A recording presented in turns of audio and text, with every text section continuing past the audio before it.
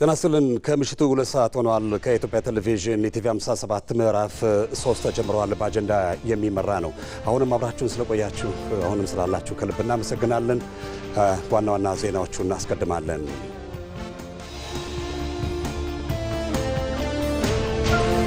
በአማራ ክልል መንግስትና በአማራ ፋኖ ህዝባዊ ድርጅት አፋሕድ መካከል ዘላቂ የሰላም ስምምነት ተፈረመ።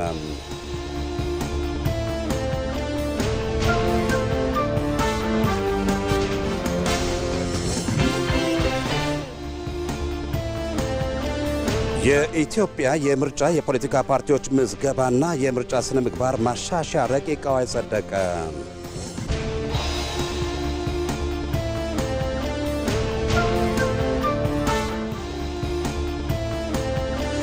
የአዲስ አበባ ከተማ ከንቲባ አዳነች አቤቤ የ26,000 የጋራ መኖሪያ ቤቶች ግንባታን አስጀመሩ።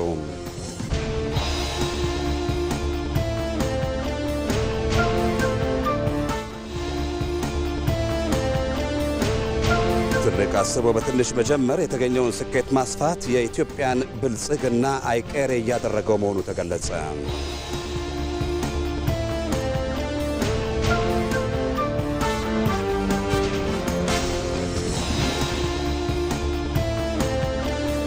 የሩሲያው ፕሬዚዳንት ቭላድሚር ፑቲን ወደ ህንድ አቀኑ።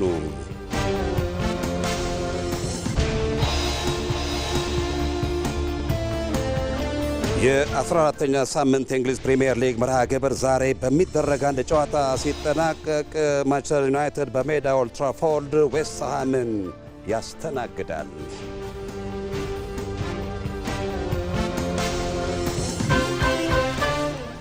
እንደሚታወቀው ምዕራፍ 3 በአጀንዳ የሚመራ ነው። የሰዓቱ ዋነኛ አጀንዳችን ደግሞ የመደመር መንግስት እሳቤ ላይ በትልቅ አስቦ በትንሽ መጀመር የተገኘውን ስኬት ማስፋት፣ በተለይ የመደመር መንግስትና ለህዝብ ተጠቃሚነት አስተዋጽኦ እያደረጉ ያሉ ኢኒሼቲቮችን አስመልክቶ በሰፊው መረጃዎችን እናደርሳለን። በዚህ ጉዳይ ላይም በስቱዲዮ እንግዳ ጋብዘናል።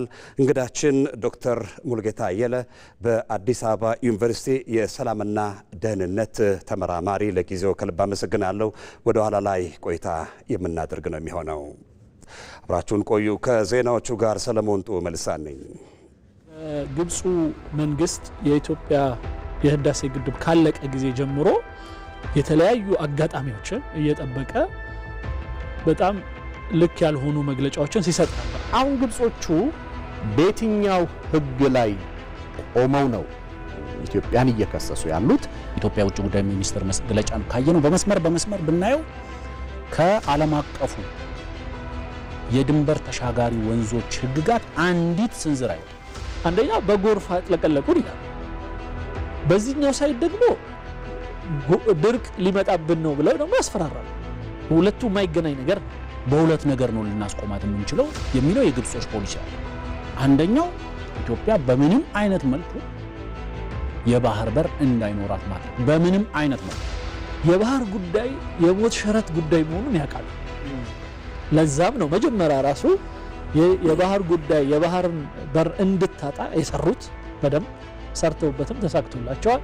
ይህንን ሰርተው በስንት ልፋት ያገኙትን ውጤት በቀላሉ ኢትዮጵያ እንድታልፈውና የባህር ባለቤት እንድትሆን አይፈልጉም። የሀገር ጉዳይ ነገ ምሽት 3 ሰዓት ከሩብ በኢትዮጵያ ቴሌቪዥን። የሀገር ጉዳይ ነገ ምሽት በኢቲቪ እንዳያመልጣችሁ ተከታተሉት። ወደ ቀዳሚው ዜናችን አልፋለን። ጠቅላይ ሚኒስትር አብይ አህመድ ከተባበሩት መንግስታት የአፍሪካ ኢኮኖሚ ኮሚሽን ዋና ጸሐፊ ክላቨር ጋቴቴ ጋር ተወያዩ። ጠቅላይ ሚኒስትሩ በማህበራዊ ትስስር ገጻቸው ባሰፈሩት መልእክት ውይይቱ በፈረንጆቹ 2027 አፍሪካን በሚገባ የሚወክል ኮፕ 30 በማዘጋጀት ረገድ በጋራ ስለሚከወኑ ተግባራት ትኩረት ማድረጉንም ጠቅሰዋል። የተባበሩት መንግስታት የአፍሪካ ኢኮኖሚ ኮሚሽን ብሎም ዋና ጸሐፊው ከቡድናቸው ጋር በመሆን ኮፕ 32 ስኬታማ እንዲሆን ከፍተኛ አስተዋጽኦ እንደሚያበረክቱ እተማመናለሁ ሲሉ ጠቅላይ ሚኒስትር አብይ አህመድ በጽሁፋቸው አስፍረዋል።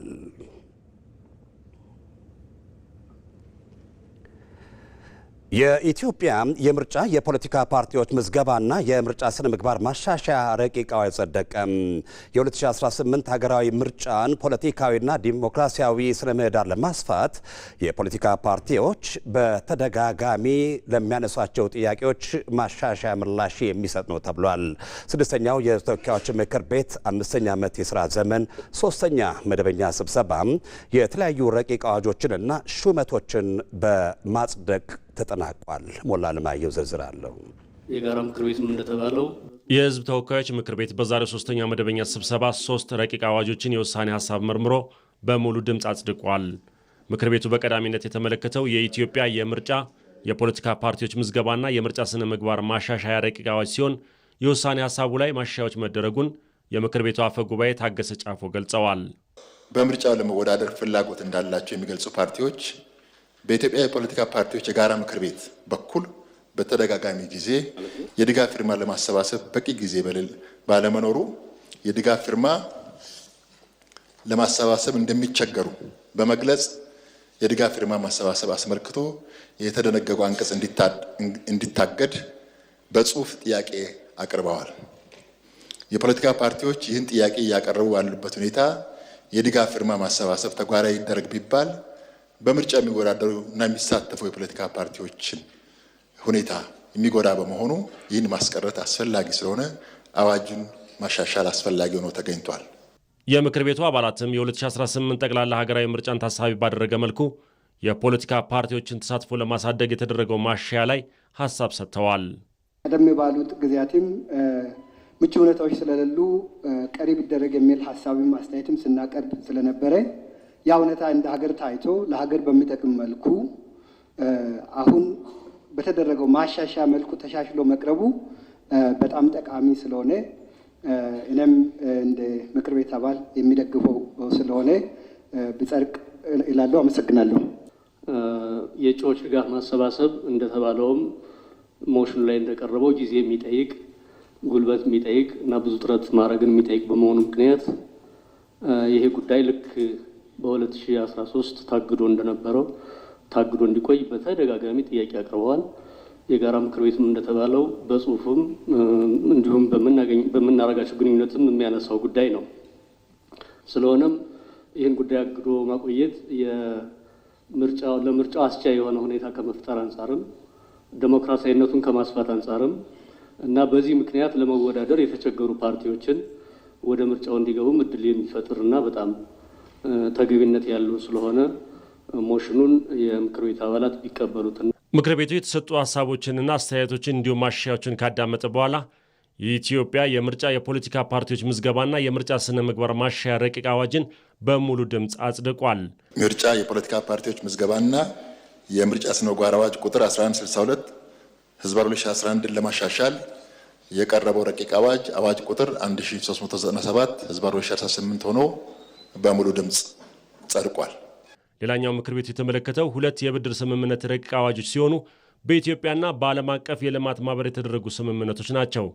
አንደኛው ለዘላቂና ንጹህ ኢነርጂ ተደራሽነት ማስፈጸሚያ ፕሮግራም የሚውል የብድር ስምምነት ረቂቅ አዋጅ ሲሆን ሌላኛው ለምስራቅ አፍሪካ የክህሎት ትራንስፎርሜሽንና ቀጠናዊ ውህደት ፕሮጀክት ማስፈጸሚያ የብድር ስምምነት ረቂቅ አዋጅ ነው። በተጨማሪም ምክር ቤቱ በዛሬው መደበኛ ስብሰባ 3 የተለያዩ ሹመቶችን አጽድቋል። የግብርና ሚኒስትር አዲሱ አረጋ፣ የሰላም ሚኒስትር መሐመድ እንድሪስ እና የኢትዮጵያ ብሮድካስቲንግ ኮርፖሬሽን ዋና ስራ አስፈጻሚ ቢንያም ኤሮ ሲሆኑ በምክር ቤቱ የመንግስት ተጠሪ ሚኒስትር ዶክተር ተስፋዬ በልጅጌ የትምህርትና የሥራ ልምዳቸው በዝርዝር ቀርቦ ከተወያዩበት በኋላ በሙሉ ድምፅ ጸድቋል። ተሿሚዎችም በምክር ቤቱ ፊት ቃለ መሐላ ፈጽመዋል። ምክር ቤቱ ድንበር ተሻጋሪ ወንጀልን በጋራ ለመከላከል የሚያስችሉ 4 የተለያዩ ረቂቅ አዋጆችን መርምሮ ለዝርዝር እይታ ለሕግና ፍትህ ጉዳዮች ቋሚ ኮሚቴ መርቷል። የህዝብ ተወካዮች ምክር ቤት በጠቅላይ ሚኒስትር አብይ አህመድ የኢትዮጵያ ብሮድካስቲንግ ኮርፖሬሽን ዋና ስራ አስፈጻሚ ሆነው የተመደቡትን የአቶ ቢንያም ኤሮ ሹመትን አጽድቀዋል። የኢትዮጵያ ብሮድካስቲንግ ኮርፖሬሽን ዋና ስራ አስፈጻሚ አቶ ቢንያም ኤሮም በምክር ቤቱ ፊት ቃለ መሐላ ፈጽመዋል። ከዚሁ ጋር ተያይዞም የትምህርትና የስራ ልምዳቸውን ሪፖርተራችን ህይወት አበባ አዘጋጅተዋለች። እንደሚከተለው ይቀርባል። የኢትዮጵያ ብሮድካስቲንግ ኮርፖሬሽን በጠቅላይ ሚኒስትር አብይ አህመድ የተሾሙትን አቶ ቢኒያም ኤሮን ዋና ስራ አስፈጻሚ በማድረግ አዲስ ምዕራፍ ጀምሯል። የኢቢሲ ትልቁን የስራ ኃላፊነት ከመቀበላቸው በፊት አቶ ቢኒያም ኤሮ የሙያ ጉዟቸውን በትምህርት አዳብረዋል። የመጀመሪያ ዲግሪያቸውን ከጎንደር ዩኒቨርሲቲ አግኝተዋል። ሁለተኛ ዲግሪያቸውን ደግሞ በአዲስ አበባ ዩኒቨርሲቲ ሲያጠናቅቁ በኢትዮጵያ ብሮድካስቲንግ ኮርፖሬሽን ውስጥ ያለውን የስራ ባህል የፈተሸ ጥናታዊ ጽሑፍ በማዘጋጀት ነበር። አቶ ቢኒያም ኤሮ የስራ ልምዳቸውን በተመለከተ በብሔራዊ መረጃና ደህንነት አገልግሎት የሰብአዊ ኢንተለጀንስ ኦፊሰር፣ በኢንፎርሜሽን መረብ አስተዳደር የሳይበር ሴኩሪቲ ኦፊሰር፣ በኢትዮጵያ ብሮድካስቲንግ ኮርፖሬሽን የሳይበር ሚዲያ ኃላፊ፣ በጠቅላይ ሚኒስትር ጽህፈት ቤት የማህበራዊ ጉዳዮች ተንታኝ እንዲሁም በኢፌድሪ ትምህርትና ስልጠና ባለስልጣን የትምህርት ማስረጃ ማረጋገጫና ተቋማት ቁጥጥር ምክትል ዋና ዳይሬክተር ሆነው አገልግለዋል። የአቶ ቢኒያም ኤሮ ሹመት በሕዝብ ተወካዮች ምክር ቤት በሚጸድቅበት ወቅት የምክር ቤት አባላት የትምህርት ዝግጅታቸውን፣ ተቋማዊ አረዳዳቸውንና ከሚዲያ ጋር የተገናኘው የስራ ልምዳቸው ለቦታው ብቁ እንደሚያደርጋቸው ተናግረዋል። አቶ ቢኒያም ኤሮ የተማሩት ኦፍኮርስ ከጎንደር ዩኒቨርሲቲ በሳይኮሎጂ ነው የተመረቁት። ሳይኮሎጂስት ናቸው። ከዛ በኋላ ግን አብዛኛውን የስራ ልምዳቸው የሄደው ዘመኑ ያለበት የዲጂታል ዘመን ነው። የኢንፎርሜሽን ቴክኖሎጂ ዘመን ነው። ሚዲያ ደግሞ በአብዛኛው በከፍተኛ ደረጃ ከኢንፎርሜሽን ጋር ነው የሚሄደው እና በሳይበር ሴኩሪቲ ኦፊሰር ሆነው ነው እዛው በብሮድካስቲንግ ኮርፖሬሽን ውስጥ ያገለገሉ። ቦታውን ያውቁታል። ለውጥን አብረው አካሂደዋል። ከዛ በኋላ ደግሞ በጠቅላይ ሚኒስትር ቢሮ በማህበራዊ ጉዳዮች አስተባባሪነት ሰርተዋል።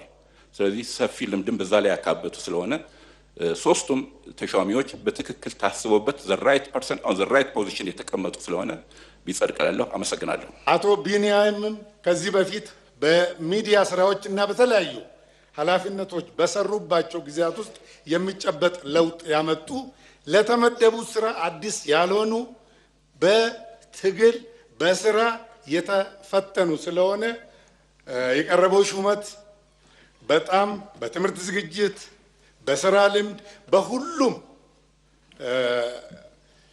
የተዘጋጀና እንደው ታስቦበት የተደረገ ስለሆነ ሹመቱን ከታላቅ አክብሮት ጋር ተቀብለን ብናጸድቀው የሚል ሀሳብ አለን።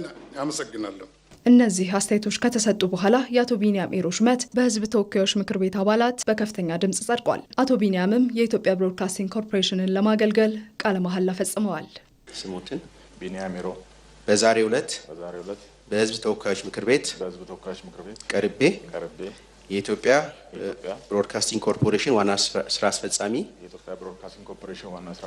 ሆኜ ስሾም ለሕገ መንግስቱ ታማኝ በመሆን ከሀገሪቱና ከሕዝቡ የጣለብኝን ኃላፊነት በቅንነት በታታሪነት እንዲሁም ሕግና ስርዓትን መሰረት በማድረግ ስራዬን ለመፈጸም ቃል እገባለሁ።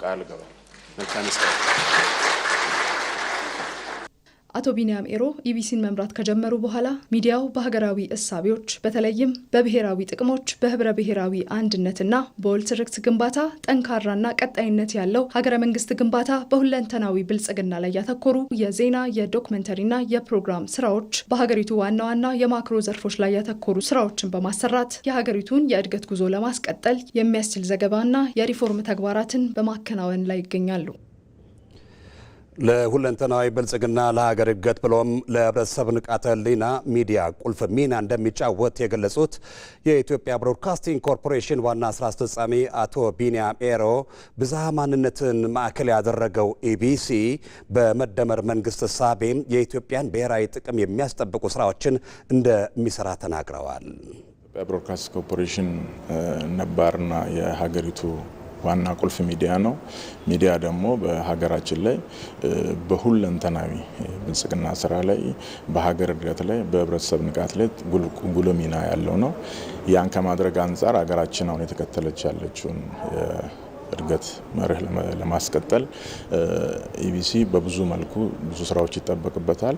የጀመራቸው መልካም ነገሮች እያስቀጠለን የነበሩ ጉድለቶችን እየሞላን ሀገራችን ህብረ ብሔራዊ አንድነቷ ተጠብቆ እንዲሁም ብሔራዊ ጥቅሞቿ እንዲከበሩ በብዙ መልኩ ደግሞ ያልተግባባንባቸው ሀገራዊ ጉዳዮችን ወደ መግባባት እንድንመጣ ገዢ ትርክት እንዲኖረን ከማድረግ አንጻር ከሁሉም በላይ ደግሞ የምንጊዜም የህዝባችን መሻት የሆነው የእድገት ጉዳይን ሁለንተናዊ ብልጽግናን ከማረጋገጥ አንጻር እንደ መንግስት የተያዙ እቅዶችን ለማሳካት በዋናነት ለመስራት እየተጋን ነው የምንገኘው።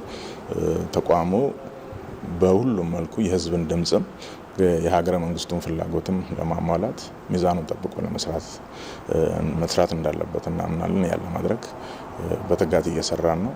ሰፋፊ ሪፎርሞች ተጀምረዋል። እነዛን ወደ ዳር አድርሰን ተቋሙ ካለበት ደረጃ ከፍ እንዲል እናደርጋለን። ኢቲቪ 57 ምዕራፍ 3 እንደቀጠለ ነው። በአማራ ክልል መንግስትና በአማራ ፋኖ ህዝባዊ ድርጅት አፋሕድ መካከል ዘላቂ የሰላም ስምምነት ተፈረመ። ስምምነቱን የአማራ ክልል ርዕሰ መስተዳድር አረጋ ከበደ እና በአማራ ፋኖ ህዝባዊ ድርጅት አፋሕድ በኩል ካፒቴን ማስረሻ ሰጤ ፈርመዋል። በሁለቱ ወገኖች መካከል ዘላቂ የሰላም ስምምነት እንዲፈረም በአፍሪካ ህብረትና በኢጋድ አደራዳሪነት ሲካሄድ መቆየቱም ተገልጿል። ወንዶሰን አፈወርቅ በአማራ ክልል መንግስትና በአማራ ፋኖ ህዝባዊ ድርጅት አፋሕድ መካከል ለረጅም ጊዜያት ድርድር ሲደረግበት የቆየው ዘላቂ የሰላም ስምምነት ተፈርሟል። በክልሉ መንግስት በኩል ርዕሰ መስተዳድር አረጋ ከበደ፣ በአማራ ፋኖ ህዝባዊ ድርጅት አፋሕድ በኩል ደግሞ ካፕቴን ማስረሻ ሰጤ ስምምነቱን ፈርሟል። ከዚህ ቀደም ሲካሄድ የነበረው ድርድር በአፍሪካ ህብረትና ኢጋድ አደራዳሪዎች አማካኝነት ሲካሄድ የቆየ መሆኑም በመድረኩ ተገልጿል። ዕለቱ ለክልሉ ህዝብና አካባቢ የሰላም አየር መተንፈስ የሚያስችል የመጀመሪያ ሁነት መሆኑን የገለጹት ርዕሰ መስተዳድር አረጋ ከበደ ከግጭት አትራፊ እንደሌለ ተናግረዋል። የዘላቂ ሰላም ስምምነቱ ሂደት ችግሮችን በውይይት የመፍታት ልምምድን እንደሚያጎናጽፍም ገልጸዋል። ከግጭት ማንም አያተርፍም። ሁለቱ ተፋላሚ ወገኖችም ሆኑ በዚህ ውስጥ የሚኖረው ህዝባችን በብዙ ጉዳት ሊያስከትል ካልሆነ በስተቀር ማንም ከግጭት አያተርፍም። አሸናፊም ተሸናፊም የለም። በግጭትም ተጀምሮ በግጭት የተናቀቀ ጥቅምም መብትም የለም። ነገር ግን ዛሬ እንዳደረግነው በሰላም ሁላችንም እናተርፋለን። ከዚህ ማንም ያተርፋል። መንግስት ያተርፋል። ለህዝብ ጥያቄ አለም ብለው ከዚህ ቀደም ግጭቱ የነበሩ ወንድሞቻችንም በትልቁ ያተርፋሉ። ሌላው ቀርቶ በትልቁ ደግሞ ህዝባችን በእኛ ግጭት ምክንያት ሁለመናው እያጣ ያለው ህዝባችን ደግሞ በትልቁ ያተርፋል፣ በትልቁ እፎይታን ያገኛል። እንዲህ አይነት ድርድርና ውይይት ሰላምን ብቻ ሳይሆን ችግሮቻችንን በውይይትና በድርድር የመፍታት ልምምድን ያጎናጽፋል። በክልሉ የሚንቀሳቀሱ ታጣቂዎች ወደ ሰላማዊ መንገድ እንዲመጡ የህዝቡ ተደጋጋሚ ጥያቄ መሆኑን የገለጹት ርዕሰ መስተዳድሩ መንግስት ለሰላማዊ ውይይት ዝግጁ መሆኑንም በመግለጽ ሌሎች በጫካ ታጥቀው የሚንቀሳቀሱ ወደ ውይይት እንዲመጡም ጥሪ አቅርበዋል። ችግሮችን በጠመንጃ ፈሙዝ መፍታት አለብን ብለው ወደዚህ ድርድር ላልመጡ፣ ወደዚህ ውይይት ላልመጡ ወንድሞቻችን ትክክለኛው አማራጭ እና ለክልላችንና ለሀገራችን የሚበጀው ምርጫ ይሄ መሆኑን በመገንዘብ አሁንም ማናቸው ነው ጥያቄ ያለን የሚሉ አካላት በድርድርና በውይይት ለመፍታት መንግስት ቁርጠኛ በመሆኑ አሁንም በድጋሜ ጥሪ ማስተላለፍ እፈልጋለሁ። የአማራ ፋኖ ህዝባዊ ድርጅት አፋሕድን ወክለው ከክልሉ መንግስት ጋር ዘላቂ የሰላም ስምምነቱን የተፈራረሙት ካፕቴን ማስረሻ ሰጤ በበኩላቸው የግጭቶች መቋጫ ውይይት መሆኑ ሊታወቅ ይገባል ብለዋል። እንደሚታወቀው በጦርነት ተጀምሮ በጦርነት ያለቀ ታሪክ የለም። አፍተር ዋር ዜር መስት ቢ ፒስ ፕሮሰስ። ውጊያው ቢቀጥል ከዚህ በላይ ህዝባችን መሸከም አይችልም። በሁለተኛ መንገድ ለኢትዮጵያ ህዝብም ለአፍሪካ ህዝብም አጠቃላይ ለዓለምም በንግግር ነገሮችን ለመፍታት ችግሮችን ለመፍታት አስተማሪ ሆኖ መገኘት ብልጠት የፖለቲካ ዊዝደም እንጂ ሽንፈት እንዳልሆነ በውይይታችን አይተናል። የኢትዮጵያን መበታተን ከሚፈልጉ ኃይሎች ጋር የሚደረግ ግንኙነት የህዝብን ጥያቄ እንደማይመልስ የተናገሩት ካፕቴን ማስረሻ ሰጤ እነዚህ አካላት ወደ ውይይት እንዲመጡም ጥሪ አቅርበዋል። የአማራ ፋኖ ህዝባዊ ድርጅት የአማራን ህዝብ ጥያቄና የኢትዮጵያን ሉዓላዊነት የኢትዮጵያን የግዛት አንድነት እና የኢትዮጵያን ጥቅም ባስከበረ መንገድ ተነጋግረናል። ኢትዮጵያ እንድትበታተን ከሚፈልጉ ኃይሎች ጋር የሚደረግ ግንኙነት አጥፊነት እንጂ የህዝብ ጥያቄም እንዳልሆነና በዚያ መንገድም የህዝብ ጥያቄ መመለስ እንደማይችል ተረድተው በሌላ መንገድ ያሉ በተለያዩ የኢትዮጵያ አካባቢ ያሉ ትጥቅ አንስተው የሚንቀሳቀሱ ወገኖች ይህንን ፈለግ በመከተል ወደ ውይይት መጥተው በጠረጴዛ ዙሪያ ችግሮቻቸውን ተነጋግረው እንዲፈቱ ጥሪ እያቀረብኩ ለተደረገው ስምምነትና ንግግር እና ይህንን ፋሲሊቴት ላደረጋችሁ በሙሉ የከበረ ሰላምታዬን አቀርባለሁ። አመሰግናለሁ። በአማራ ክልል መንግስትና በአማራ ፋኖ ህዝባዊ ድርጅት አፋሕድ መካከል የተፈረመው ዘላቂ የሰላም ስምምነት ክልሉ በቀጣይ ለሚያደርገው የሰላም እንቅስቃሴ ጉልህ ሚና እንደሚኖረውም ተገልጿል። ስምምነቱ ለአፍሪካዊ ችግሮች አፍሪካዊ መፍትሄ ለመስጠት የተያዘውን አካሄድ የሚያሳይ መሆኑም ተገልጿል። የአማራ ፋኖ ህዝባዊ ድርጅት አፋሕድ የኮር ስራ አስፈጻሚ የነበሩት መስፍን አባተ ስምምነቱ ኢትዮጵያን ለማፈራረስ ለሚሰሩ አካላት መጠቀሚያ ላለመሆን የሚያስችል ስለመሆኑ ገልጸዋል። መነሻ ሀሳብ ከአፍሪካ ህብረት ኢኒሼቲቭ ስለነበረ ከነሱ ጋር ንግግር ጀመር። እነሱ አስተባብረው ለዚህ ለጥያቄዎቻችን መልስ የምናገኝበትን የሰላም ስምምነቱን ዛሬ ፈጽመናል ማለት ነው። ያው ጦርነት ዝሮ ዝሮ የሰላም መጨረሻ ላይ ዋር አለ። አፍተር ዋር የፒስ ፕሮሰስ ስለሆነ ከዛ አንጻር ዛሬ ያደረግነው ስምምነት በጣም ታሪካዊ ነው። ታሪካዊ የሚያስብለው ትልቁ ነገር ስምምነቱ ብቻ አይደለም፣ እንደ ሀገርም የሚመጣውን የቀጠና ፖለቲካ አደጋ አማራ ክልል ውስጥ እያመጡ ስለሆነ ያንን አደጋ በስምምነት በራሳችን ኬዝ የራሳችንን ተነጋግሮ ፈቶ ቀጣይ እንደ አማራ ይዘውት የመጡትን አጀንዳ ይበቃችኋል ብለን እንደ ኢትዮጵያ አንድ ሆነን ከሌሎች ጋር ሆነን የሀገራችንን ጥቅም ለማስከበር ያስችለናል። ይሄ ታሪካዊ ያደርገዋል። የአማራ ክልል ምክትል ርዕሰ መስተዳድር አብዱ ሁሴን በበኩላቸው በዚህ ስምምነት ሰላም ወዳድ ዜጎች አሸንፈዋል ብለዋል። ዛሬ ያሸነፉት ልጆቻቸው ከትምህርት ገበታ ውጭ ሆኑት፣ ልጆቻቸው ስራ ያጡት እናቶችና የልጆቻቸው ደህንነትና ዋስትና የሚያሳስባቸው እናትና አባቶች አሸናፊ ሆነዋል። ዛሬ በዚህ በፈረምነው የሰላም ስምምነት አሸናፊ የሆኑት ዜጎች በክብር እና በታታሪነት ሰርተው በአማራ ክልል እሴትና ባህል መሰረት የተሻለ ደረጃ ላይ መድረስ የሚፈልጉ ዜጎች አሸናፊ ሆነዋል። በድምሩ ዛሬ የአማራ ክልል ችግርን በባህላዊ መንገድ የመፍታት እሴቱና ባህሉ ከፍ ብሎ የታየበትና ውጤታማ የሆነበት ደረጃ ላይ በመድረሱ ሁላችንም አሸናፊ ነን ብለን እንወስዳለን። ከዚህ ጋር በተያያዘ የአፍሪካ ህብረት ኮሚሽን ምክትል ሊቀመንበር አምባሳደር ሰልማ ማሊካ ሃዳዲ ስምምነቱ ችግሮችንና አለመግባባቶችን ቁጭ ብሎ የመነጋገር ባህልን የሚያዳብር ነው ብለዋል። On sustainable peace between Amhara region government and the Amhara Fano Popular Movement AFPU. ይህ በአማራ ክልል መንግስትና በአማራ ፋኖ ህዝባዊ ድርጅት መካከል የተደረገው ታሪካዊ ስምምነት በአካባቢው ዘላቂ ሰላም እንዲሰፍን ያግዛል። ስምምነቱ ችግሮችንና አለመግባባቶችን ቁጭ ብሎ በመነጋገር የመፍታት ባህልን የሚያዳብር ነው። ይህ ታሪካዊ ሰላም ስምምነት ነው። ይህ ዘላቂ የሰላም ስምምነት ውሳኔ ሰላምን ከማረጋገጥ ባሻገር መከፋፈልን በማስቀረት አንድ ኢትዮጵያን ለመፍጠር ምቹ መደላድል ይሆናል ብዬ አምናለሁ። ለዚህም በተለይ የኢትዮጵያን የፌዴራል መንግስት፣ የክልሉን መንግስትና ፋኖን ለማመስገን እንዲሁም ደግሞ እንኳን ደስ አላችሁ ለማለት እወዳለሁ። የምስራቅ አፍሪካ የልማት በይነ መንግስታት ባለስልጣን ኢጋድ ምክትል ዋና ጸሐፊ መሐመድ አብዲ ዋሬ በበኩላቸው ስምምነቱ ለኢትዮጵያ ብቻ ሳይሆን ለቀጠናው ብሎም ለአፍሪካ ሰላም መረጋገጥ አዎንታዊ ሚና እንዳለው ተናግረዋል።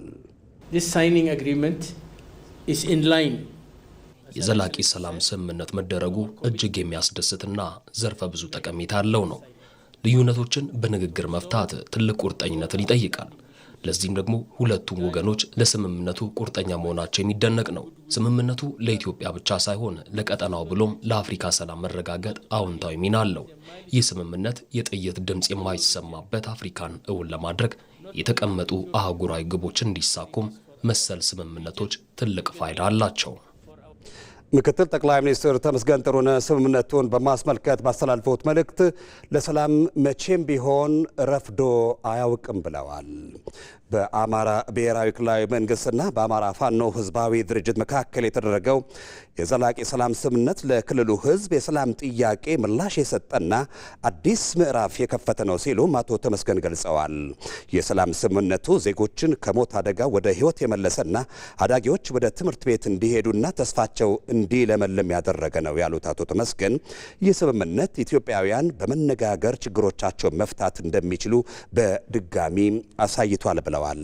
አጉል ጀብደኝነት ወደ ግጭት ያመራል፣ ጦርነት ደግሞ ውዱን የሰው ህይወትን ይቀጥፋል ያሉት ምክትል ጠቅላይ ሚኒስትሩ በብዙ ጥረት የተገኘን ሀብትም ያወድማል፣ ብሎም ድህነትን፣ ድንቁርናንና ኋላ ቀርነትን ያስፋፋል ሲሉ ገልጸዋል። በመሆኑም ጥፋት ከሚያስከትሉት ተግባራት በመራቅ ለዘላቂ ሰላማችንና ልማታችን በጋራ መስራት ይጠበቅብናል ሲሉም አሳስበዋል። መንግስት በሀገራችን የትኛውም የፖለቲካ ልዩነቶች በሰለጠነ መንገድ በውይይትና በሰላማዊ መንገድ እንዲፈቱ ያለውን ጽኑ አቋም አሁንም አጠናክሮ እንደሚቀጥልም ምክትል ጠቅላይ ሚኒስትሩ አሳስበዋል። እንደ ዛሬውም ተግባራዊ እርምጃ ይወስዳልን ብለዋል። በመሆኑም ነፍጥ አንስተው በጫካ የሚገኙ የተወሰኑ ቀሪ ቡድኖች በኃይል የሚሳካ ነገር እንደሌለ በመገንዘብ ወደ ሰላም ሊመጡ ይገባል ሲሉ ምክትል ጠቅላይ ሚኒስትሩ ተመስገን ጥሩነህ በማህበራዊ ሚዲያ ገጻቸው አስፍረዋል። የዛሬውን የሰላም ስምምነት ለማዝለቅ የግጭት ተግባራትን በጋራ በማውገዝ ለሰላም ዘብ መቆም ያሻል ያሉት ምክትል ጠቅላይ ሚኒስትሩ ይህ ስምምነት እንዲሳካም አስተዋጽኦ ላበረከቱ አካላት በኢፌዴሪ መንግስት ስም ምስጋናዬን አቀርባለሁ ብለዋል።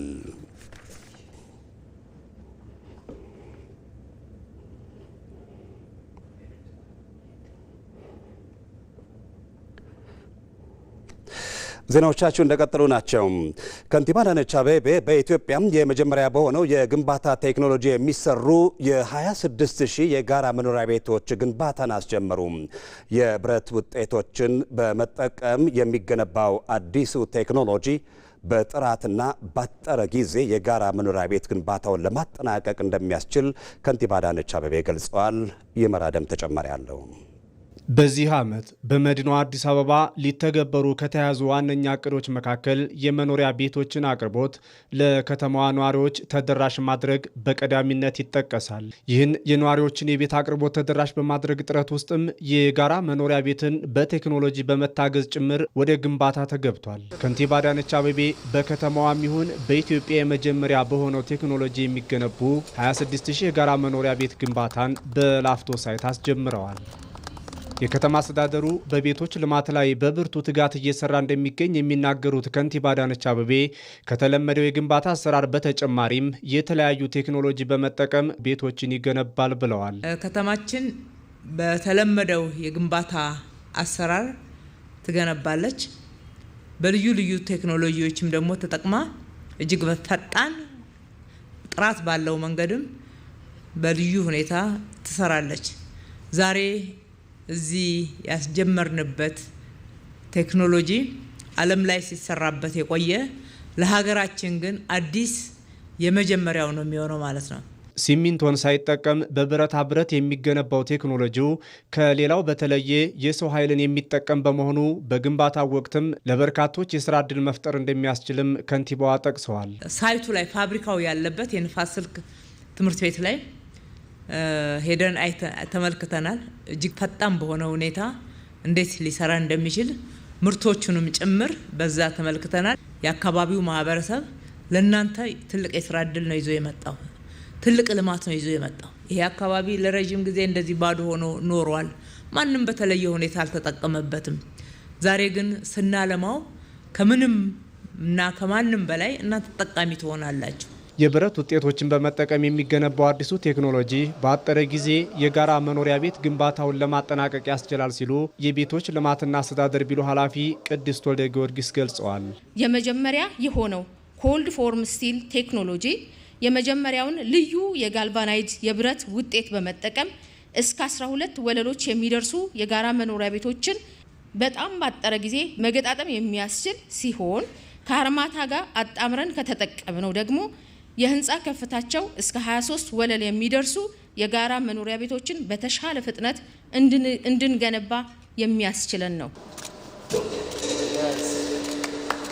የግንባታ ቴክኖሎጂውን ተግባራዊ የሚያደርገው የሌጋሲ ሆም ድርጅትም ቴክኖሎጂው ባደጉ ሀገራት ተግባራዊ እየተደረገ በመሆኑ ለአዲስ አበባም የቤቶች ልማት አማራጭ መፍትሄ ነው ብሏል።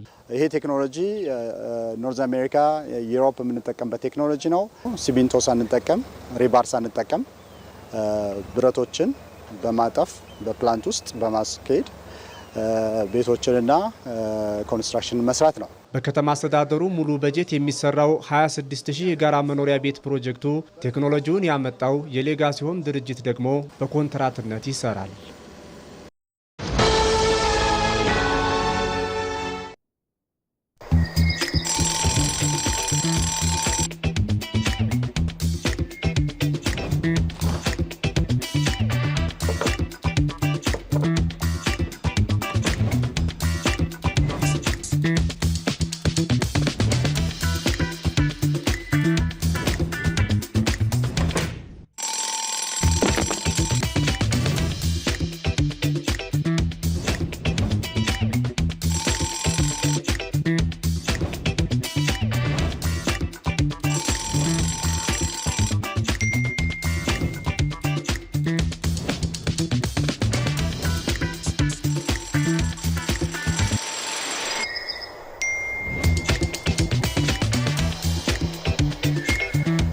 የደሞዝ ክፍያ በሲቢኢ ብር ለሚቀበሉ ደንበኞች አሁን ሁሉም ቀሏል። በሲቢኢ ብር ፕላስ በኩል እስከ 4 ወር ደሞዝ ብድር በአንድ ወስደው ያሻዎትን ቀን የደሞዝ ቀን ያድርጉት።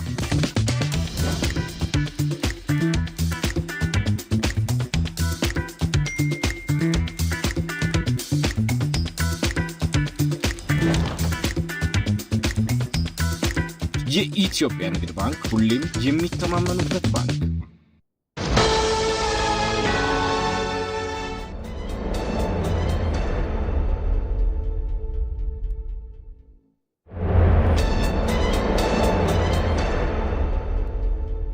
ወደ ምሽቱ ዋነኛ አጀንዳችን ተሸጋግረናል።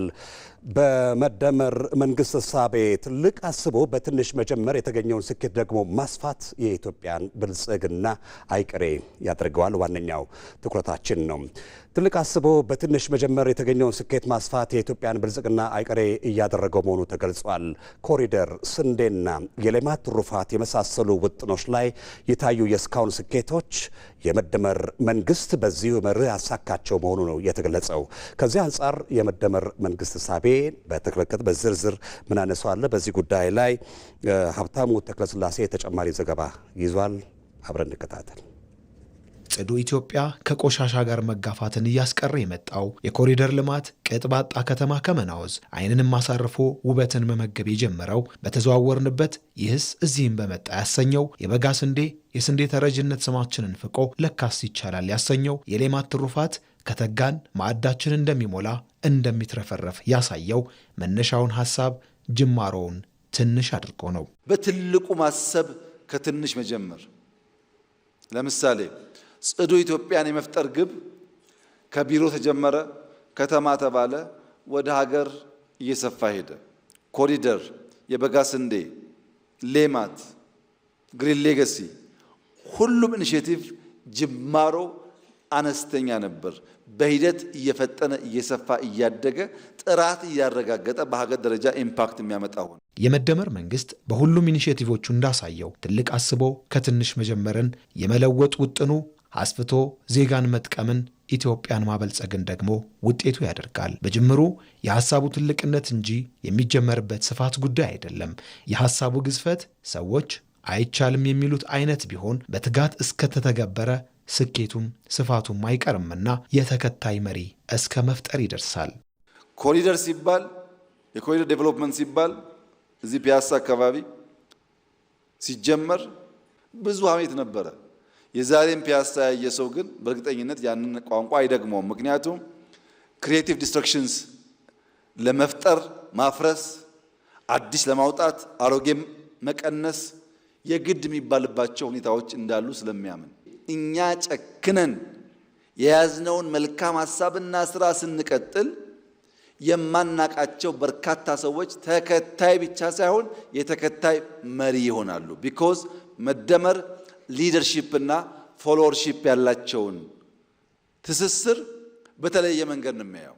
እንደ ትላንቱ ሀብታችን ላይ ተኝተን የምንቆዝም፣ በተለመደው ዑደት እድገት ስናማትር ዳገቱ ላይ ወገባችንን ይዘን የምንቆም፣ አቧራውን እንደለበስን ከቆሻሻ ተዛምደን እንደተጀቦንን የምንከርም የመሰላቸው በመደመር እሳቤ ገጻችን ተቀይሮ መልካችን ተለውጦ የቀደመ ያደፈ ስማችን ተሽሮ ሲመለከቱ እጅጉን ተደንቀዋል። የትልቁ ውጥን ትንሿ ጅማሮ መስፋት በየቀው መዳረስ ይበል አሰኝቷል። የተከተለውም ሽልማት ነው። አሁን ከጀመርናቸው ውስጥ ኮሪደር አሸልሟል፣ ግሪን ሌጋሲ አሸልሟል፣ ስንዴ አሸልሟል። አብዛኛው የእኛ ኢኒሼቲቮች በዓለም አቀፍ ደረጃ ሬኮግናይዝ የተደረጉና ሽልማት ያሰጡ ናቸው። ለምን? በቀጣይነትና በውጤት ማረጋገጥ ስለቻል። ሲጀመር ጭብጨባ አይጠበቅም፣ ሲወጠን ድጋፍ አይታሰብም። ጩኸቱም ቢቀርስ ባዩም እልፍ ነው። አልቆና ሰፍቶ ሲታይ ግን ማመን አይቀርም። የመደመር መንግስት ትጋት ብርታትና ጽናትን ወርሶ መስራትን የግቦቹ ዋልታ የስኬቱ ቁልፍ መንገድ አድርጎ ይመለከታቸዋል። ከዜጋው የሚጠበቀውም ይኸው ነው። ከእኔና ከእናንተ የሚጠበቀው የጀመርነው መልካም ዘር፣ የጀመርነው ፍጥነት፣ የጀመርነው ትጋት የተሟላ ፍሬ እስኪያፈራ ድረስ ባለማቋረጥ በቀናው ሐሳብ ቀን ከሌት ተግቶ ሰርቶ በስራ ማሳየት ነው። ያን ማድረግ ስንችል አብዛኛው የተራገፈ ብልጽግና የምንጨብጠው የምናሸተው የምናየው ፍሬ ለዜጎቻችን እየሆነ ይሄዳል ማለት ነው። አሁንም አጀንዳችን ላይ ነው ቆይታ የምናደርገው። በዚህ ጉዳይ ላይ ተጨማሪ መረጃ ሊያደርሱን በአዲስ አበባ ዩኒቨርሲቲ የሰላምና ደህንነት ተመራማሪ ዶክተር ሙልጌታ አየለ እዚህ ስቱዲዮ ደርሰዋል። እንኳን ደህና መጡ። እንኳን ደህና ቆየን ሰኔ። እንግዲህ እንደሚታወቀው የመደመር መንግስት ነድፎ ወደ ተግባር ካስገባቸው በርካታ ኢኒሼቲቮች መካከል ህዝብን ተጠቃሚ በማድረግ ረገድ ምን ያህል አቅም አላቸው፣ እንደዚሁም ደግሞ አገር የመስራት ኃይላቸውስ ምን ይመስላል የሚለውን ከዛ እንነሳ እስቲ። የመደመር መንግስት እንደ መንግስት የተቆጣ መንግስት ነው። ቁጭት አለበት። ቁጭቱ ንዴቱም አለበት። ቁጭቱ ንዴቱ ከምንድነው ካልን ከድህነት ጋር፣ ከረሃብ ጋር፣ ከጉስቁልና ጋር እነዚህን ነገሮች በአንድነት ለመጨረሻ ጊዜ ኢትዮጵያ ውስጥ መቀየር አለበት። ኢትዮጵያ ታሪካችን የት ነው? ትናንትና የት ነበርን? ዛሬ የት ነን? ነገ ምን ልንሆን እንችላለን? የሚል ነው የመደመር መንግስት መነሻው ሀሳቦቹ ያሉት። ሁለተኛው ኢትዮጵያን ከፍ ለማድረግ ምንድነው ማድረግ ያለብን? ዓለም እንግዲህ አትችሉም፣ አትንኩ፣ አትጠጉ፣ ታበላሹታላችሁ፣ ይህ ለእናንተ አይገባም ይለናል። ችለን ስንገኝ ስናደርገው ብቻችን ስንቆም ከማመስገን ይልቅ ያጣጥለናል፣ ኃይላችን ይበትነናል፣ በብዙ ይሞግተናል ይላል የመደመር መንግስት። በዚህም የተነሳ ብዙ ኢኒሼቲቮችን ወስዷል። አንደኛው የመጀመሪያው ኢኒሼቲቭ እርሻችንን ምን መደረግ አለበት? እርሻችን ዘመናዊ ሲሆን ኃይል ሲጨመርበት በጠቅላላው ገጠሩ ትራንስፎርም ይሆናል፣ አርሶ አደሮችን ህይወቱ ሲለወጥ። ሁለተኛው ቀጥሎ ያሉት ነገሮች ኢንዱስትሪዎቻችን ናቸው። ኢንዱስትሪ እንደምታስታውሱት በተለያየ መልኩ ችግር አለበት፣ የቆየ ችግር አለበት። ያንን ኢንዱስትሪው ብዙ ካፒታል ይፈልጋል። ከዛ መካከል አንዱ ማይክሮ ኢኮኖሚክስ። ማይክሮ ኢኮኖሚው እንግዲህ ያንን የለበሰ ሰው ብቻ ነው የሚያውቀው፣ ፖለቲከኞቹ አይደሉም። ኤክስፐርትስ ፓወር ያሉት እዛ ውስጥ የገቡ ሰዎች ብቻ የሚያውቁት ነው እሱን። ሌላኛው በዚህ ላይ የወሰደው ሌላኛው ምንድን ነው ያደረገው የመደመር መንግስት ኢንዱስትሪው ምኑን ያመጣል? ከተሞቻችን የማዘመን። ከተሞቻችን ሲዘምን ቱሪዝሙ ይጨምራል። ቱሪዝሙ ሲጨምር ከውጭ የሚመጡ ሰዎች ካፒታላችን በአንድም በሌላም ያድጋል። ስለዚህ ታሪካችን ስብራታችን የቱ ጋ ነው? ችግሩ ያለው በመሰረታዊነት የት ነው ብሎ የተነሳ መንግስት ነው። ያንን በማድረግ በባለፉት ኢኒሼቲቮች የተወሰዱት ፕሮጀክቶችን መጨረስ ጀምሮ የመጨረስ ሂደት። በዚህ ውስጥ ህዝቡ እንዴት ነው የሚጠቀመው? እንደምናውቀው አንዱ ህዳሴ ነው። ህዳሴን የጨረስንበት መንገድ፣ ህዳሴ የተሳካበት መንገድ፣ ህዳሴ ቅርቃር ውስጥ ከገባበት ቴክኒካሊ ተመርቶ እንግዲህ ጉባ ወረዳ ላይ መተከል ዞን ላይ በሁለት ድልድዮች መካከል በሁለት ተራሮች መካከል ገንብቶ ውሃ ኤሌክትሪክ ማመንጨት ብቻ አይደለም፣ ህዳሴ በራሱ ትልቅ ነው። ሃይድሮፖለቲክሱን ለመጨረሻና ለአንዴ በኢትዮጵያ ታሪክ ወይም በአፍሪካ ደረጃም ያለውን ኢትዮጵያ ጀምራ መጨረስ ትችላለች የሚለው በትልቁ የታየበት ነው። ህዳሴ በራሱ ለህዝቡ ተጠቃሚ የሚያደርጉ በዚሁ መልኩ የማዳበሪያ ፋብሪካዎቻችን አሉ። ይሄ በጣም ነው ትልቅ ነው። ማዕድኖቻችን የቱ ጋ ነው ያለው? የበጋ እርሻዎቻችን የሚል በጣም ትልቅ ኢኒሼቲቭ ወስዶ ያን ያደረገ ነው። ስለዚህ ኢኒሼቲቭ ሁሉም የተሳኩ ከዛም ቀጥሎ ያሉትን ቀጣዩ ኢኒሼቲቮች ያሉባቸው በተለይ ጂኦፖለቲክስ ላይ ጂኦ ስትራቴጂ ላይ የኃይል ሽግሽጉ የኃይል ስርጭቱ ብሔራዊ ጥቅማችን ላይ ከዛ ደግሞ የዓለም አቀፍ ግንኙነቱ ምንድነው ሊሆን የሚችለው የሚለውን በትንሹ ማሰብ ከዛ በትልቁ መፈጸም መጨረሻ ላይ ወደ ግብ ለመሄድ የሚሆን ነው። እያንዳንዱ ግን በእያንዳንዱ ቦታ ላይ ሁሉም እንደ ሀገር ወስዶ የፈጸማቸው ነገሮች ናቸው። የመደመር መንግስት ሀገር በቀል እሳቤዎች እና ኢኒሼቲቮች ለኢትዮጵያ ብልጽግና ምን ነገሮችን እያከናወኑ እንደሆነ በተግባር እያየን ነው። ቀደም ሲል እንደገለጹት እነዚህ ኢኒሼቲቮችና ሀገር በቀል እሳቤዎች ሌሎች ሀገራት ያለው ተሞክሮስ ምንድን ነው? ለአገራዊ ዲፕሎማሲያዊ ሂደት ያለው ፋይዳ እንዴት ይገለጻል? እንግዲህ አዲስ አበባን አይተናል፣ የክልል ከተሞችን አይተናል፣ ቀበሌዎችን አይተናል፣ ወረዳዎችን አይተናል። አዲስ አበባ የተጀመረው ኮሪደር በሁሉም አቅጣጫዎች ሄዷል። የመደመር መንግስት አገር በቀል እሳቤ ነው። እንግዲህ በእኛ ሀገር በኢትዮጵያ ፖለቲካ ታሪክ ውስጥ ሁሉንም ዓለም ላይ ያሉ የፖለቲካል አይዲዮሎጂዎችን አምተን ሞክረናል። ፓርቲ መስርተናል። ያፓ፣ መኢሶን፣ ወዝሊግ፣ እጫት፣ ሰደድ 108 የሚጠጉ የበታች መኮንኖች ፓርቲ መስርተዋል። ደርግ ብለዋል። ኢዲዩ ብለናል። ቃላት ብቻ ለውጠን ተጋድለናል። እርስ በርስ ተላልቀናል። ከዛ በኋላ ያለው መደመር አዲስ በአፍሪካም ታሪክ በዓለምም ደረጃ ላይ አዲስ እይታ ነው። የፖለቲካ አይዲዮሎጂ ቅድም ዓለም ላይ ያሉት ሁሉን አምተን ሞከርን በእኛ ሀገር ደረጃ ላይ። ነገር ግን መደመር መደፍጠጥን መጨፍለቅን አይቀበልም። መደመር የሚያሰባስብ ነው። በእኛ ሀገር የፖለቲካ አዲስ የፖለቲካ እሳቤና አስተሳሰብ ነው ስንል በህገ መንግስታችን 50 ሲደመር 1 ያገኘ ፓርቲ መንግስት ይመሰርታል። ያ ፓርቲ ጠቅላይ ሚኒስትር ይሰይማል ወይም ጥምር ፓርቲ። ነገር ግን መደመር ሀሳብ ያላቸው ምንም እንኳን ተወዳድረው በህዝብ ተወካዮች ምክር ቤት መቀመጫ የሚሆነው ወንበር እንኳን ባያገኙ በጋራ እንስራ ሀሳብ አላቸው። ሁሉም ኢትዮጵያውያን በጋራ ይምጣ የሚል አዲስ የፖለቲካ ኢኮኖሚ፣ ማህበራዊና አንዳንድ የሚከተለውም ፕራግማቲዝም ኢኮኖሚክ አፕሮች ነው። ፕራግማቲክ ፖለቲካል አፕሮች ምንድን ዓለም እኛን የትም ጋር አሁን አይመድበንም። የትኛውን ጎራ ላይ እንግዲህ ባለፉት አመታቶች ጎራ ለይተን ሄደን አይተነዋል። በምስራቁ ምዕራቡ ብለን አይተነዋል። አሁን ፕራግማቲዝም ፖለቲካል አይዲዮሎጂ ፕራግማቲዝም ፖለቲካል አፕሮች ማለት ይሄ ጎልደን ሚል ዓለም የተሻገረበት የመሃል ሁሉም ሀሳብ ያለው ይመጣል፣ ይወዳደራል። እኛ ብሔራዊ ጥቅማችንን የስንዴ ምርታችንን፣ ማዕድናችንን፣ እርሻዎቻችን የሚያዘምን የትኛውም አገር ጋር ወዳጅ እንሆናለን። ይሄ ምን ይለውጣል? በዓለም ላይ ያለን የዲፕሎማሲ ተሰሚነት። እንግዲህ ኢትዮጵያ በረጅም ሀገረ መንግስት ታሪኳ ውስጥ ዲፕሎማሲው በደንብ ይታወቃል። ይሄ ዓለም የሚመሰክረው ነው። በሁሉም በቀጠናዊ ትስስር ቀጥሎ አህጉራዊ ድርጅቶችን አፍሪካ ህብረትን፣ ኢጋድን በመመስረት ሊግ ኦፍ ኔሽን የተባበሩት መንግስታትን የኢትዮጵያ ዲፕሎማሲ በደንብ ይታወቃል። ዓለም ላይ ልካችን የት ነው? ሁሉም ጋር። ስለዚህ ከሆነ ጊዜ በኋላ ከዲፕሎማሲው ከፍ እያለ ሲሄድ ሲመጣ በእነዚህ አካባቢ ያለን ተሰምነት ሲሆን አሁን ቅድም የምናስበው የባህራችን ኢሹ፣ ምክንያቱም ጎረቤቶቻችን መምረጥ አንችልም። ተፈጥሮ አብሮን አጓርቶናል።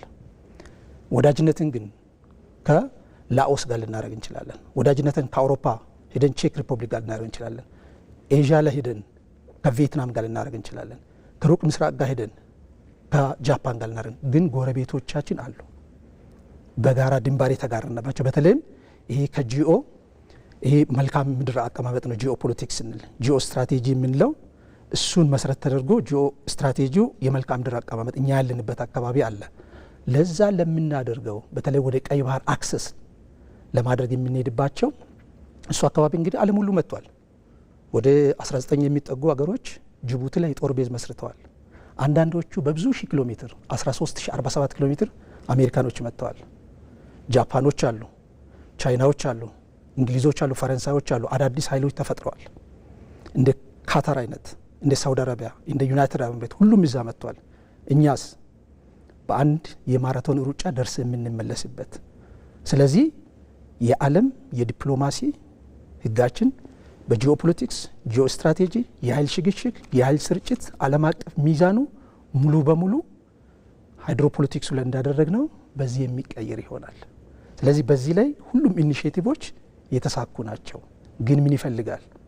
ተግቶ መስራትን ይጠይቃል። መዘናጋት አያስፈልገውም። ስለዚህ እንደ ዜጋ የሚታየኝ እነዚህ ነገሮች ናቸው። ዶክተር ሙሉጌታ አየለ በአዲስ አበባ ዩኒቨርሲቲ የሰላምና ደህንነት ተመራማሪ ስቱዲያችን ተገኝተው ለሰጡን ጊዜ የተሟላ የተደራጀና የተብራራ መረጃ ከልብ እናመሰግናለን። እጅግ በጣም አመሰግናለሁ።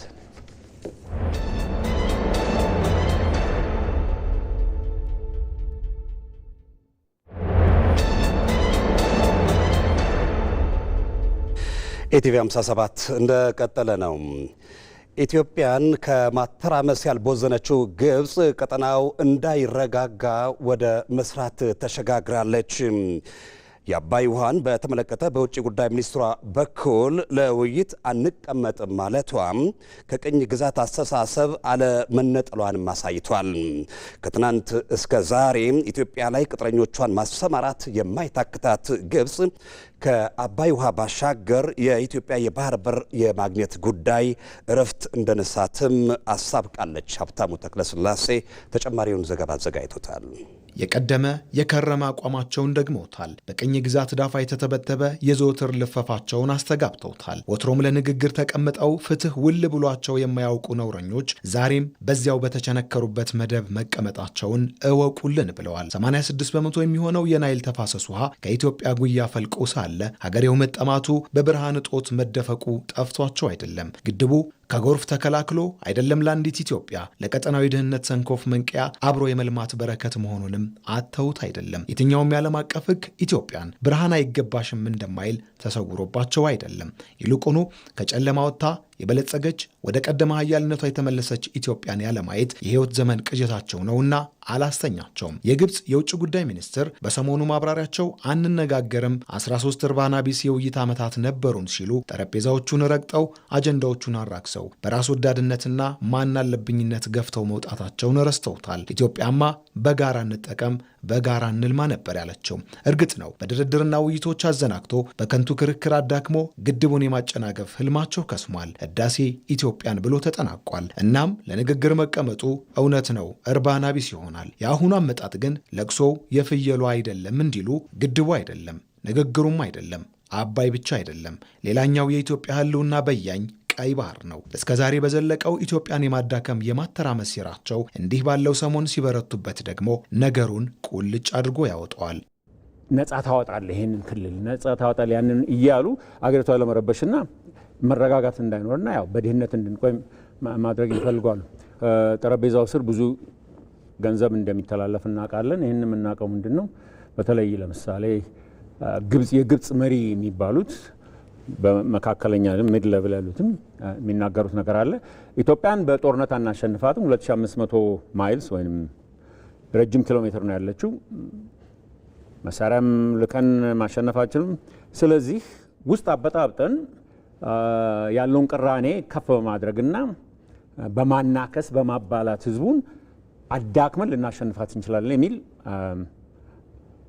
አቋም ነው ያላቸው። ቀኝ እንዳልተገዛን ረስተው ሌሎች ነፃ እንዲወጡ እንዳላጀገን ዘንግተው ስለ የትኛው የቅኝ ግዛት ውል እንደሚያወሩ አያውቁትም። የኢፌዴሪ ውጭ ጉዳይ ሚኒስቴር እንዳለው የተሳሳተውን መንገድ የነገ መዳረሻ አድርገው መያዛቸው የሚኮነን ነው። ተግባር ፍላጎትን ገለጠ እንዲሉ በሀገር የተጠለሉ በፖለቲካ የተጀቦኑ በነፃ አውጪ ስም የተለወሱ ባንዳዎችን ሲያበረቱ ሲያበራክቱ አይዞኝ ግፉ ሲሉ አንድነታችን ላይ ቆምረው ህብረታችንን ሲያራክሱ መተማመኛቸው እነሱ ናቸው። ከክፍፍላችን ጀርባ ከመለያየታችን ግርጌ ከጦር መማዛችን ፊት ያሉት እነሱ ናቸው። ባንዳው ሲፋቅ በግብጾቹ ቀቢጸ ተስፋ የተለወሰ ኢትዮጵያን የመበተን ውጥን የተነቀሰ ነው። በተሰፈረለት ልክ የሚሟሟት ውዷን ሀገር ለሆዱ አሳልፎ የሰጠ ይሄ መንግስት የግብጽን መንግስት ምን ስለከለከለው?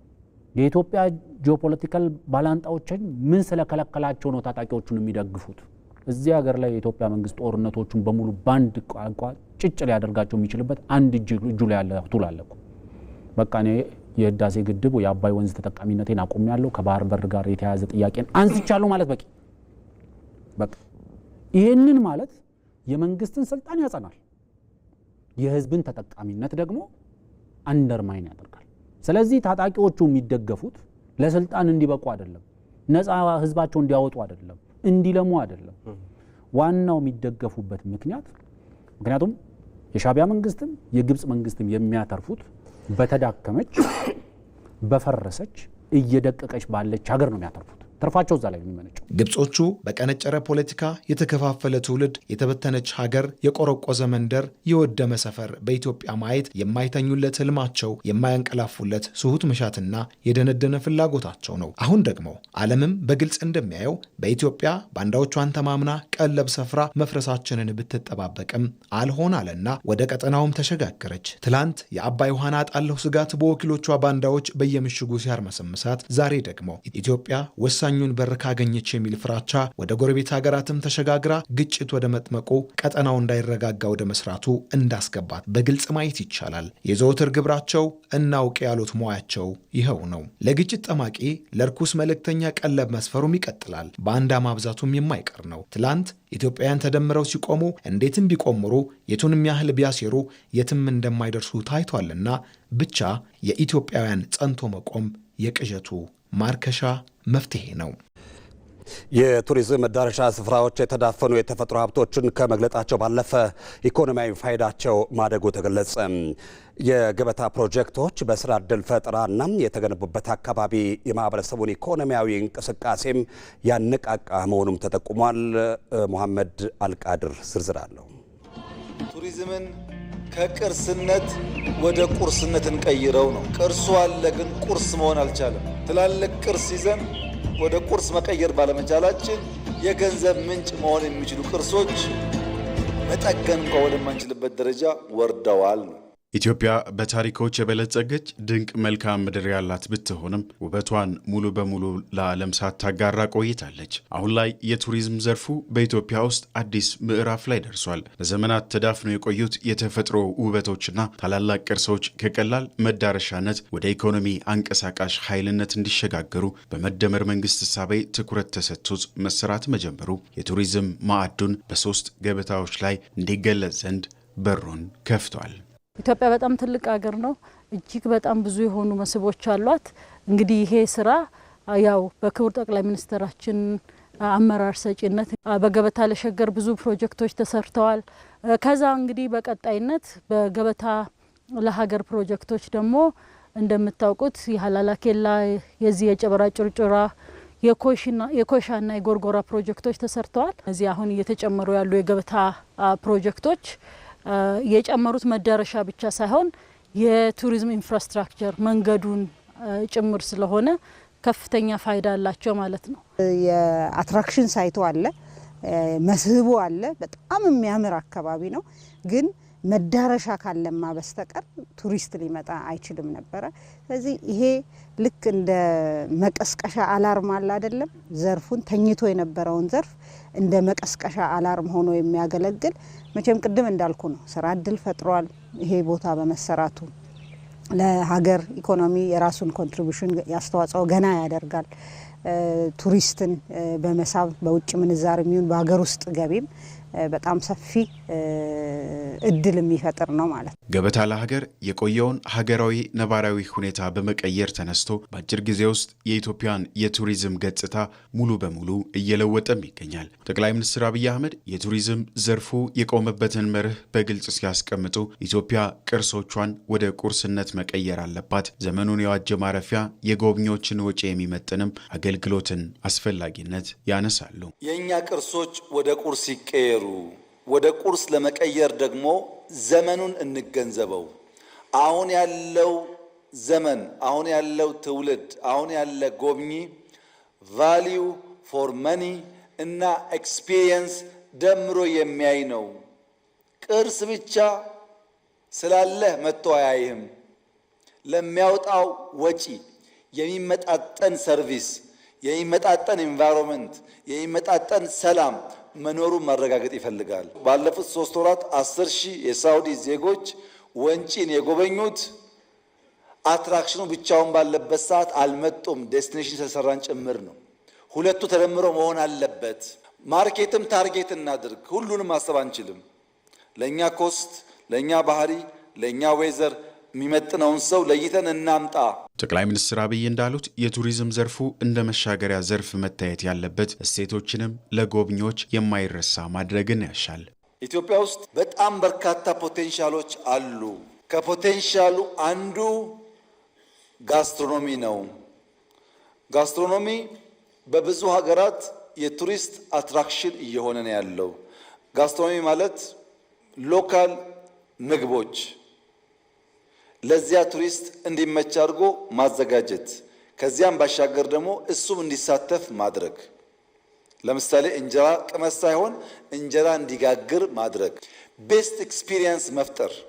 ጨንቻ አካባቢ ያለን ሸማ ከምናለብሰው ሸማ ሲሸመን ስራ ሞክር ብለን እንዲሰራ እያደረግነው ልብስ እንዴት እንደሚሰራም ብናሳይ የቱሪዝም ቦታዎችና መዳረሻዎችን ማስፋት እንዲሁም ማስተዋወቅ የሁሉም ኢትዮጵያዊ ኃላፊነት መሆኑን አጽንኦት የሰጡት ጠቅላይ ሚኒስትር አብይ አህመድ የተዳፈኑ ሀብቶችን በመግለጥ ለሀገር ብልጽግና ትልቅ አስተዋጽኦ ለማድረግ ያለመ የለውጥ ጉዞ እንደሚያስፈልግም አንስተዋል። ኢቲቪ 57 ከኢትዮጵያ ቴሌቪዥን የሰዓቱ ዜናችን እንደቀጠለ ነው። የውጭ ዜና የሩሲያው ፕሬዚዳንት ቭላዲሚር ፑቲን ወደ ህንድ አቀኑ። በዩክሬን ጦርነት ምክንያት ብዙም የውጭ ሀገር ጉዞ የማያደርጉት የሩሲያ ፕሬዝዳንት ቭላዲሚር ፑቲን ህንድ ኒው ዴሊ ገብተዋል። ፕሬዝዳንቱ በህንድ የሩሲያ ህንድ የቢዝነስ ፎረም እንደሚታደሙ የመገናኛ ብዙሃን ዘግበዋል። የህንዱ ጠቅላይ ሚኒስትር ናሬንድራ ሞዲ እና ቭላዲሚር ፑቲን በመከላከያ ትብብር፣ የኃይል አቅርቦት እንደዚሁም የሁለቱን ሀገራት ግንኙነት ስትራቴጂካዊ ደረጃ ለማድረስ ውይይት እንደሚያደርጉ ይጠበቃል ሲል ቲአርቲ ወርልድ ዘግቧል።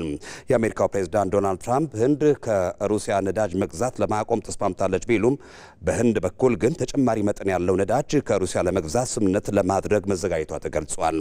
ይህም በአሜሪካና ደጋፊዎቿም ቅሬታ መፍጠሩ አይቀሬ ስለመሆኑም ተነስቷል። ህንድ በቀጣይ ዓመት የብሪክስ ፕሬዝዳንት ሆና በምታሳልፋቸው ውሳኔዎች ሩሲያም አጋር ሆና እንድትቀጥል ፍላጎት እንዳለ በዘገባው ተመላክቷል። ፑቲን በህንድ የ2 ቀን የጉብኝት ጊዜ እንደሚኖራቸው ይጠቀሳል ሲሉም ቲአርቲ ወርልድና ቢቢሲ ዘግበዋል።